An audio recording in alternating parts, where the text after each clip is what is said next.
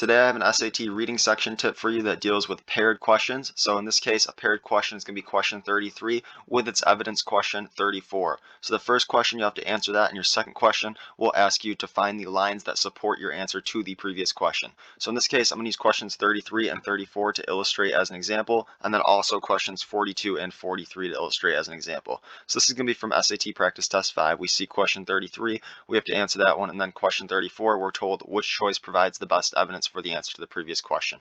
So let's go ahead and take a look at 33. I'm not going to read the whole passage because that would kind of waste our time here, so I'll just kind of give you a summary of it as I go through question 33, as well as the tips that you need to know to answer these types of questions on the SAT reading section. So, the author of the passage suggests that crowds may be more effective at what? Okay, what I'm going to do here is I'm going to go ahead and tell you the correct answer. The correct answer here is going to be C. Okay, the author of the passage, in his text, he suggests that crowds are more effective at arriving at accurate quantitative answers than producing valid qualitative judgments. Now, I also want to go through A, B, and D and tell you why those ones are wrong real quick. For A, B, and D, all three of these, they're all wrong for the same reason in this case, and that's that the author never makes these claims, right? He never says that creating controversy, or that crowds may be more effective at creating controversy than examining an issue in depth. He never says that, therefore it's unsupported and wrong. Any answer choice that can't be supported by the text is wrong. So A is wrong. B, reinforcing members' ideas rather than challenging those ideas. Once again, the author never makes that claim. Okay, so that's unsupported by the text. Okay, unsupported by text. There's no possible way we could support option A or option B or option D. In this case, all of them are wrong because none of them can be supported by the text, and they're all really kind of off in that there's really nowhere that we talk about anything with A, B, or D. So they're all pretty obviously wrong, okay? And they're obviously unsupported by the text since we would have no evidence to support it with.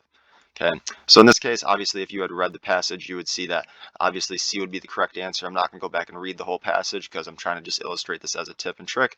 But once you see you get your answer C, you have arriving at accurate quantitative answers rather than producing valid qualitative judgments. So now here's where the big tips come in, and that's with these evidence questions. So with these evidence questions, what you're going to want to do is the first thing you want to think is, where's my evidence for that previous question, right? And for the question that you answered previously, you should have evidence for it anyways, right, already in mind, because any answer choice that you pick on the SAT reading section, you should be able to support with the text, because if you can't support it with the text, then you're probably wrong. Okay, all answer choices have to be able to be supported by the text for the SAT reading section, or all correct answer choices have to be. So you should already have an idea of what your evidence is going to be. Now, let's say that you know where your evidence is going to be, then just go back, find it, and then you'll find your answer. Now, let's say that you don't quite exactly remember what lines it was in, right? You're not sure if it was in line 9 or in 17 to 20 or 11 to 14 or 25 to 28. This is where my tip is going to come in.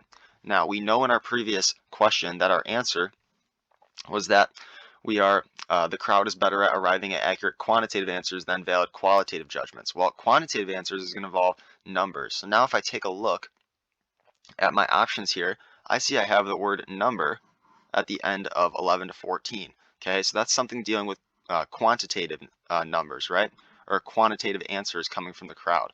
Okay, so that's what I'm going to call, we can call it a keyword, right? Really what you just need to understand is that it's an indicator word, right? It's indicating that it's quite possible that these lines are going to contain the best evidence, right? So in this case, the word that I'm looking at is number, since I was talking about quantitative things in my answer. So that's where I would start if I didn't already know where my lines were going to be. These would be where I'd start. And then what this is going to do is this is going to help me, because if I go to lines 11 to 14 now, if I go to lines 11 to 14, I see it says, your guess is probably going to be far from the mark, whereas the average of many people's choices is remarkably close to the true number. And if we get some more context on this by reading back, we see that sometimes the crowd really is wiser than you. The classic examples are guessing the weight of a bull or the number of gumballs in a jar. Your guess is probably far from the mark, whereas the average of many people's choices are remarkably close to the true number. So that's showing that crowds are good at producing solid quantitative answers there, and so we know that that'll be our answer. Okay, so that's going to be lines 11 to 14. All right, so that's the big tip here, is that if you're not quite sure where the lines are, okay, say that you have a good idea of the evidence, but you don't quite remember what lines it were in, try to look for a keyword from your previous answer choice. In that case, it was talking about quantitative numbers, thus we look for the word number. Okay, now if I hadn't seen the word number, then the next thing I would look at is the word value, okay? Because value could also indicate potentially something that's quantitative, but number would be more likely to indicate a quantitative thing. That's why I started there. And then obviously when I went to those lines, it clearly gave me the best evidence I could have. Thus, I selected B, and I wouldn't even go through and read C, D, or A because I know that B has to be correct since that supported my previous answer. All right, now let's go ahead and do another example of this with question 42 and 43. All right, so this is going to be a different passage. This passage is going to be talking about the art and science of remembering everything. Okay, so let's go find our questions. So we got 42 and 43. So once again, I've already read this passage. I'm not going to go through and read it all again for you. I'm just going to kind of give you a summary and try to illustrate this tip as I go through. So we have, according to the passage, McGuire's findings regarding taxi drivers are significant because what? Well, in this case, they're significant because they call into question an earlier consensus. And now I'm going to go ahead and just give you the reasons why A, B, and D are wrong for this one as well. So A, demonstrate the validity of a new method. Okay, these results don't do that. If you read through the passage, you'd understand that the results aren't testing a new method. Thus, A is going to be incorrect. B, providing evidence for a popular viewpoint. Once again, we aren't doing that in this passage. Okay, we aren't going in through and providing evidence for any popular viewpoint. In fact, we know that they aren't supporting a popular viewpoint because they're calling into question a previous popular viewpoint or an earlier consensus. So we know that B is incorrect as well. If we look at option D, we have challenged the authenticity of previous data. Once again, they're not challenging any authenticity of previous data, thus D would be incorrect. Okay, so now let's get into the big things with the tips for finding this evidence. So let's take a look. We know that the correct answer here is calling into question an earlier consensus, right? And obviously, if you read the passage, you'd find that answer pretty quick because it's the only one that's true. It's the only one that can be supported by the text. So now you know your answer, right? You have to support now in question 43 the idea that these findings regarding taxi drivers are significant because they're calling into question an earlier consensus. Now, what is an earlier consensus? Well, that's something people believed were true in the past, okay? So in the past, people believed this earlier consensus was true, right? Everyone agreed upon it. They said, oh, this thing must be true. Okay, so what are some potential keywords I should be looking for then in 43 to find where to start? Now, obviously, if I already knew where my lines were and I remembered what the best evidence was, I just go find it, find my correct answer, right? But let's say that we don't quite remember which lines it was from. In that case, what we want to do is we want to look for a keyword to know where to start. That way we're not just going blind through all these lines and wasting time. So in this case, calling into question an earlier consensus, I'm going to look for something like fact. Okay, these are going to be my keywords I'm going to look for to know where to start in these lines. A fact, something that's true, something that everyone believed. Okay, so those would be sort of the keywords I'd be looking at if I didn't know where to start.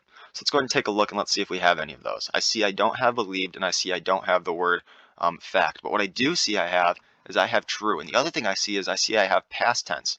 I see I have the word had. Had is in the past tense. So now I have past tense and the word true. Thus, in the past, they probably believed something was true, right? Thus, calling into question an earlier consensus, something people previously believed had been true. So that's where I would start. Now keep in mind, you can't just click on or select D as your correct answer without going back and looking at it to make sure that it does support your answer, right? You can't just rely on these keywords, but what they do is give you a great place to start. So that way, if you go to those lines and they give you that correct answer, they do support that previous question, your answer to that previous question. You don't have to read then C, B, and A. So what it's going to do is it's just going to help you be more efficient by not having to read all four answer choices because you kind of have a good idea of where to start, and oftentimes that will get you to your correct answer. Now, sometimes you'll use your keywords and you'll go to the text and it won't be something that is supporting your answer, and then you'll have to go through and you'll have to find the evidence some other way. But what this does do is it does help you in becoming more efficient, and it's more likely that it's going to contain support for your answer considering it has those keywords. It's a great place to start. So that's what I recommend doing for the SAT reading section. I'll go quick to lines 20 to 26 to show you how that is going to support our argument. I'll go ahead and highlight it so you can see what I'm talking about. It had long been thought that the adult brain was incapable of spawning new neurons. Okay, so people previously were in consensus that the brains could not spawn new neurons, that while learning caused synapses to rearrange themselves and new links between brain cells to form, the brain's basic anatomical structure was more or less static. Then we have McGuire's new study suggested the old inherent wisdom was simply not true. So it's calling into question that previous consensus in the past. Right, so that's obviously going to be our correct answer there. So hopefully this video was helpful.